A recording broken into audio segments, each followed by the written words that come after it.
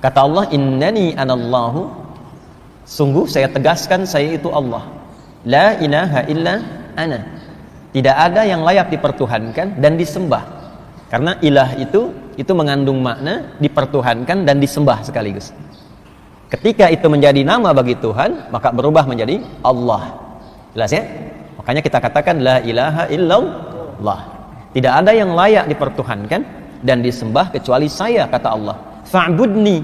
Maka kalau sudah beriman, buktikan itu dengan menyembah saya. Bagaimana caranya? Teruskan ayatnya. Wa aqimis salata li dzikri. Tunaikan salat sebagai pembuktian untuk mengingatku, menyembah kepada Allah Subhanahu wa taala. Risalah itu terus berlangsung dari sebelum, bahkan Nabi Isa juga demikian. Nabi Isa salat. Yesus Mesias salat. Di Quran surah ke-19 Maryam di ayat ke-33.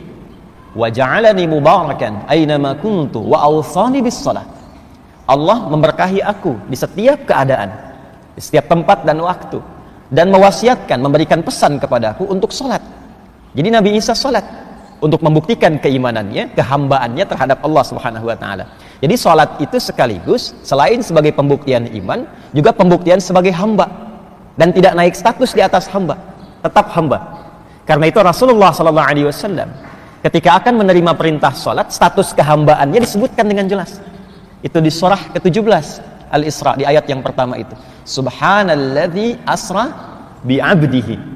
Bukan bi rasulihi, bukan bi nabiyhi, tapi bi 'abdihi, untuk menegaskan bahwa risalah salat itu sebagai hadiah terbesar nanti dari proses Isra Mi'raj itu adalah pembuktian dari penghambaan seorang hamba kepada Allah Subhanahu wa taala. Jadi kita bersyukur dalam kehidupan ini bila masih mampu menunaikan salat. Alhamdulillah. Artinya komitmen keyakinan kita, keberimanan kita kepada Allah Subhanahu wa taala kita telah wujudkan, dan perwujudan pertama kali itu melalui salat. Sekaligus ibadah salat yang ditunaikan itu semakin sering ditunaikan, itu mengonfirmasi peningkatan iman.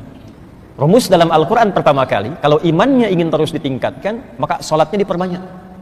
Salatnya diperbanyak. Karena itu nanti di Al-Baqarah ayat 3 itu kalimat imannya menggunakan fi'il mudhari dan bentuknya jama'. Alladzina yu'minuna. Alladzina disebutkan 1080 kali dalam Al-Quran. Itu menunjuk makna umum yang luas. Jadi bisa mencakup laki-laki, perempuan, tua, muda, besar, kecil, dan melampaui sekat-sekat sosial. Jadi siapapun. Jadi tawaran untuk beriman itu untuk semua hamba. Itu buktinya rahman Allah. Semua diberi kesempatan untuk beriman. Hanya persoalannya tawaran itu mau diambil atau tidak, itu problemnya. Jadi Allah memberi kesempatan pada setiap hamba itu untuk beriman. Kalau di sini diberikan misalnya snack, ya, misal saja, lalu setelah kajian diberikan snack, semua mendapatkan bagiannya, tapi ada yang tidak mau ngambil. Begitu tidak diambil, sampai depan dia lapar. Saking laparnya kemudian pingsan. Pertanyaannya, yang salah panitianya atau jamaahnya? Jamaahnya, karena panitia sudah menawarkan, yang bersangkutan tidak mengambil. Jadi kalau ada yang tidak beriman, jangan salahkan Allahnya. Karena konsep dasarnya semua diberikan kesempatan yang sama. Cuma manusianya yang tidak mau ngambil. Fir'aun kan sefir'aun-fir'aunnya.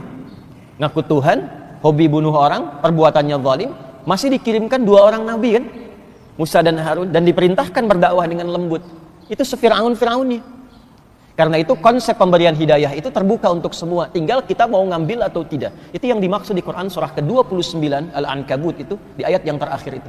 Walladzina jahadu fina lanahdiyannahum subulana.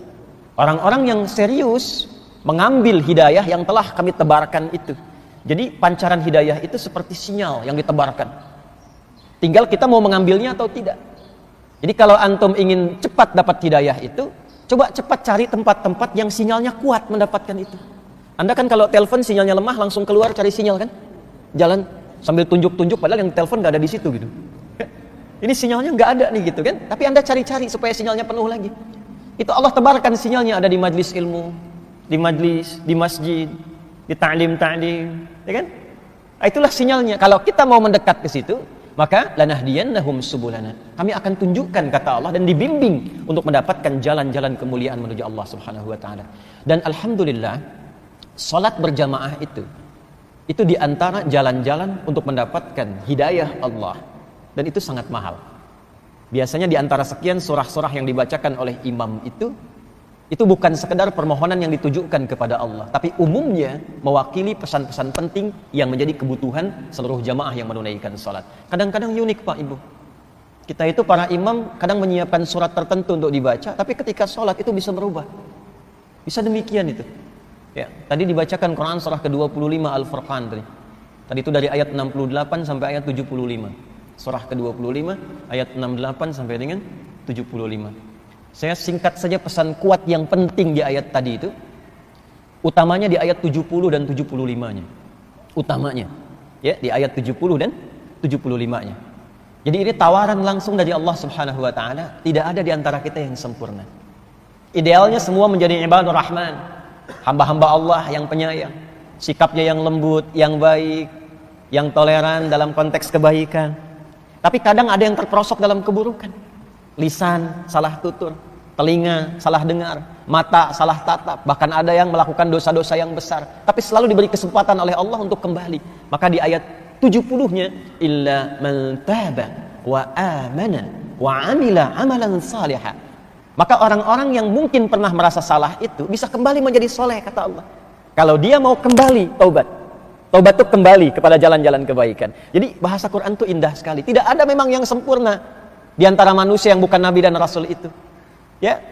Tapi kemuliaan manusia itu, hamba yang salah itu terletak kepada keinginan kuatnya untuk selalu berusaha menjadi soleh. Jadi yang dituntut dari kita itu usahanya.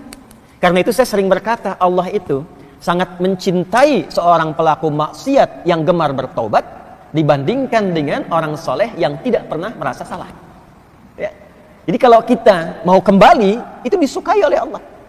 Taubat dan tinggalkan perbuatan-perbuatan buruk itu. Lalu kuatkan imannya, isi dengan amal soleh. Apa ciri orang yang telah berhasil menjadi soleh itu? Maka diteruskan ayatnya. Ya, faulaika yubaddilullahu sayyi'atihim hasanat. Ini ciri yang penting Pak Ibu. Orang kalau sudah taubat itu, kata Allah, ciri diterima taubatnya, maka berganti perbuatan salah yang sebelumnya dilakukan dengan perbuatan soleh yang konsisten dikerjakan.